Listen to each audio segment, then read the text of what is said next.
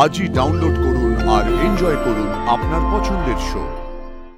এই শোন না কুসুম, বলছি যে কাল বাদে পশু তোকে তো দেখতে আসবে পাত্রপক্ষ, তোর জন্য একটা সুন্দর দেখে শাড়ি কিনে আনতে হবে। তো তত মোটামুটি 1 2 3 হ্যাঁ তো করে যাবে ঘন্টু, সামগ্রী। তুই নিজের অঙ্ক বাবাকে দিয়ে করাচ্ছিস? আরে তো কথা বলছিস কেন? সব গুলি দিলি তো।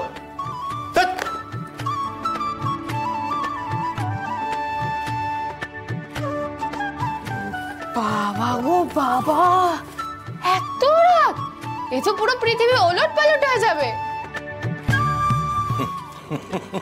হবেই তো, তুই বিয়ে করে চলে গেলে আমার জগৎটাই তো ওলট পালট হয়ে যাবে। কারণ কুসুম, তুই তো আমার প্রাণ রে।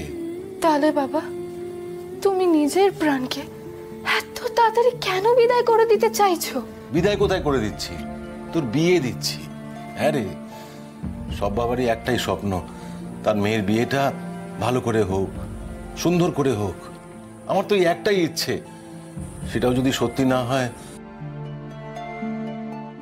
বাবা, আমি জানি আমার বিয়ে ভালো করে হলে সব থেকে বেশি তুমি খুশি হবে। বাবা, আমি তো তোমার খুশির জন্যই এই বিয়েতে রাজি হয়েছি।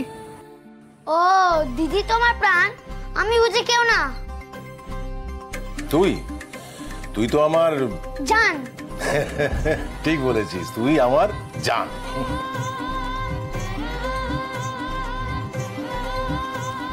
দেখলি দিদি, তুই প্রাণ আর আমি জান।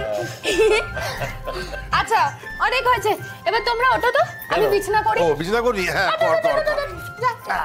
আয় ঘন্টু, দিকে আয়। ঠিক বলেছিস, তুই হচ্ছিস আমার জান। দেখি নাক, দেখি নাক, দেখি।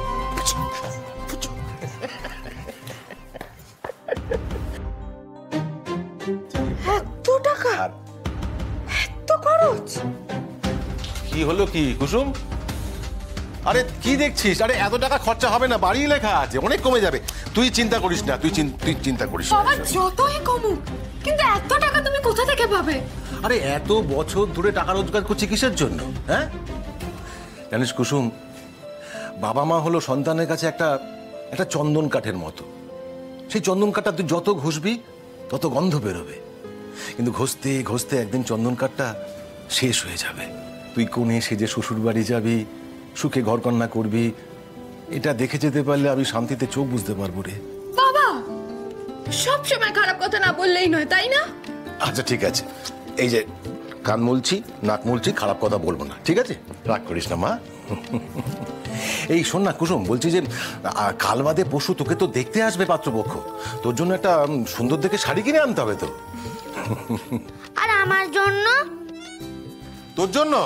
তোর জন্য আমি একটা পাঞ্জাবি কিনে আনবো, ঠিক আছে? তোর দিদির বিয়ে বলে কথা, তোকে তো সাজতে গুজতে হবে নাকি?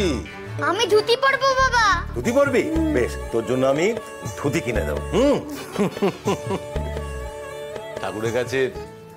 ঠাকুরের কাছে একটাই প্রার্থনা, আমার মেয়ের বিয়েটা ঠিকঠাক ভাবে হয়ে যাক, তাহলে আমার জীবনটা সার্থক হয়ে যাবে।